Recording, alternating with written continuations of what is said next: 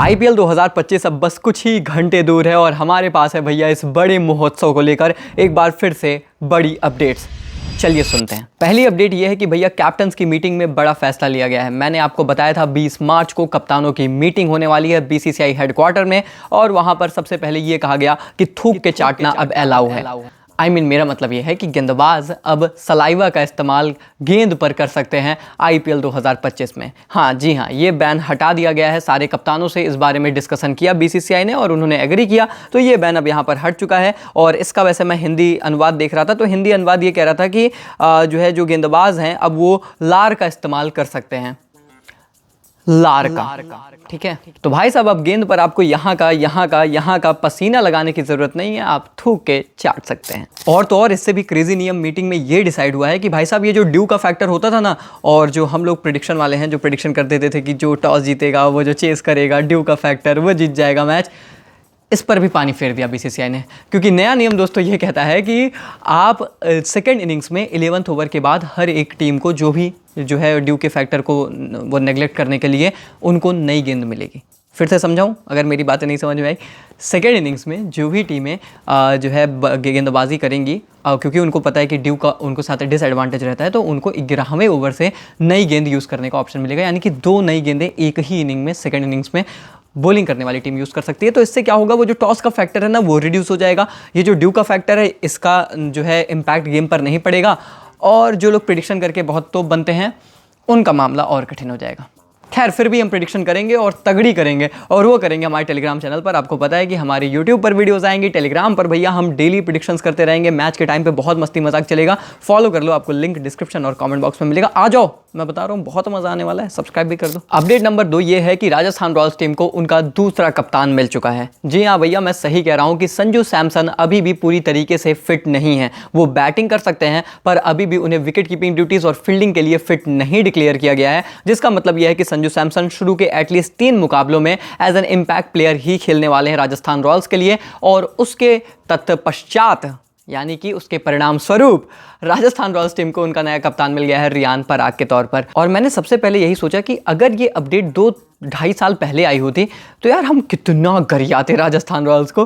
पर रियलिटी ये है ना कि समय सब कुछ बदल देता है, समय से बलवान कुछ है नहीं। और अगर आपके अंदर प्रतिभा है, आपने परफॉर्मेंस करके दिखाई है ना, सब बातें धरी की धरी रह जाती हैं। और वही है रियान पराग की स्टोरी, क्योंकि इसके पहले कितना इनको राजस्थान रॉयल्स ने बैक किया, कोई परफॉर्मेंस नहीं थी, कुछ नहीं था। हम कहते थे कौन सा कोटा है इनका, बिजनेसमैन का कोटा है, ओनर्स का कोटा है। और अब इस बंदे ने परफॉर्म किया है, मैच्योरिटी दिखाई है, वो पारियां खेली हैं। और अब हम ये सुनते हैं तो शायद उतना ज़्यादा हमें शौक नहीं लगता, हम इस चीज़ के लिए रेडी हैं। तो सोचो, जो बंदे को कुछ समय पहले टीम में भी हम सोचते थे कि डिजर्व नहीं करता है, अभी वो कैप्टनसी कैंडिडेट में भी उतनी समस्याएं नहीं लेकर आता, क्योंकि अब आपके पास जॉस बटलर नहीं है। अगर वो होते तो समस्याएं होती, वो नहीं है। तो आप भी रियान पराग की तरफ देखते हैं। नेक्स्ट अपडेट भैया, हर टीम के कप्तान बदल जाते हैं शुरू के मैचेस में। मुंबई इंडियंस का भी यही हाल है। आपको पता है हार्दिक पांड्या बैन थे, हमने बोला कि क्या रोहित कप्तानी करेंगे, रोहित ने बोला नहीं मैं नहीं, सूर्या दादा है ना, इतने कप्तान है इस टीम में, लीडर्स की कमी थोड़ी है। तो सूर्य कुमार यादव भैया एमआई को लीड करेंगे इनके पहले मुकाबले में, जिस मुकाबले के लिए हार्दिक पांड्या बैंड है।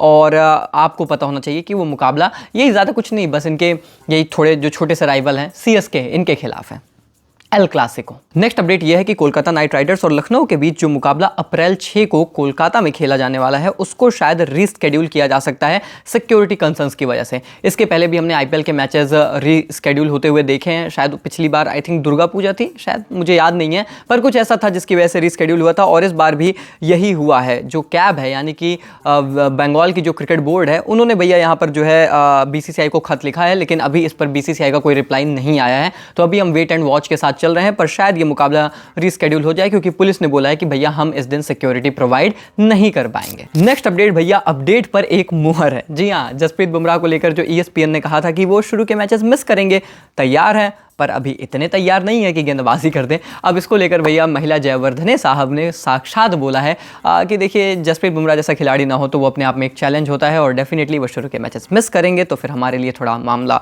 मुश्किल होने वाला है। बट हम रेडी हैं इस चैलेंज के लिए, क्योंकि यंगस्टर्स जो युवा खिलाड़ी हैं वो तैयार रहेंगे आईपीएल 2025 में। तो ये यहाँ पर इनका कहना है। तो भैया देखते हैं कि अब बुमराह की रिप्लेसमेंट आखिर कौन तैयार रहता है, कितना रहता है। पर मुंबई के लिए बड़ा झटका। और इसके बाद की जो 2 अपडेट है ना, वो 2 खिलाड़ियों की 2 अलग कहानी बयां करेंगे।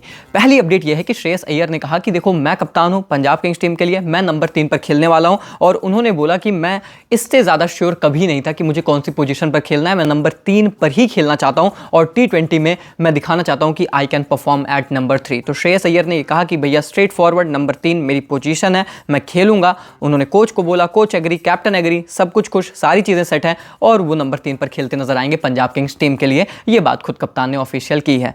ये बड़ी अपडेट नहीं है, बड़ी अपडेट इसके बाद है जब केएल राहुल को लेकर बात आती है। देखो ये कोई सिंपैथी या कोई विक्टिम कार्ड नहीं है, पर केएल राहुल कैरेक्टर ऐसा है, मैं उसकी बात कर रहा हूं। अब केएल राहुल जो है आमतौर पर ओपन करते हैं, टॉप ऑर्डर में खेलते हैं और एटलीस्ट T20s में तो हम नीचे उनको सोचते भी नहीं है। अपडेट आई थी लखनऊ सुपर जायंट्स के लिए भी कि वो पिछले सीजन मिडिल ऑर्डर में खेलेंगे, पर वो नहीं खेले।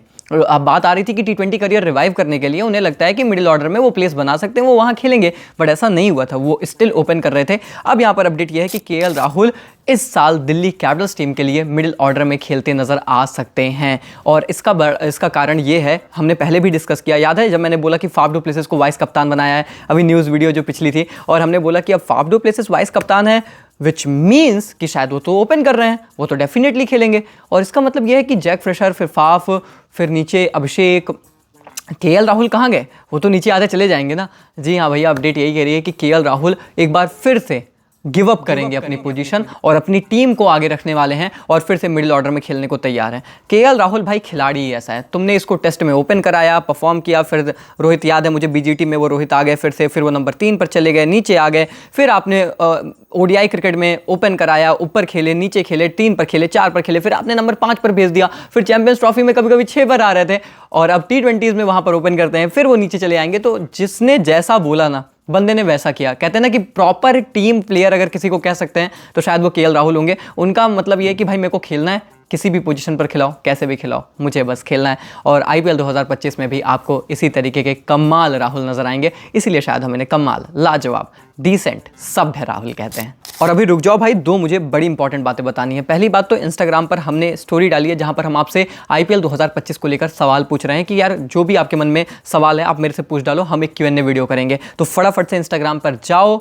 रियल क्रिक पॉइंट @ हमारा जो है इंस्टाग्राम यूज़र नेम है, जाओ वहाँ पर आप भी सवाल पूछो स्टोरी में जाके। और उसके बाद जो दूसरी इंपॉर्टेंट बात है वो ये है कि भाई टेलीग्राम चैनल पर ना लगातार अपडेट्स आती रहेंगे, क्योंकि आपको पता है ना कि अब आईपीएल स्टार्ट हो रहा है, यहाँ पर रिव्यू प्रीव्यू आएंगे, अपडेट्स वहाँ पर हर दिन पल पल की आती रहेंगी और प्रेडिक्शंस भी बहुत कैडी होने वाली हैं। पूरे आईपीएल में बातचीत होगी, मस्ती होगी, मजाक होगा, मैचेस हम कवर करेंगे टेलीग्राम पर ज़रूर से ज़रूर। तो भाई लिंक आपको डिस्क्रिप्शन कमेंट बॉक्स में मिलेगा, ज्वाइन ज़रूर कर लो। बाकी वीडियो लाइक करो, चैनल को सब्सक्राइब करो। मिलते हैं तब तक के लिए, take care, good bye, thank you so much.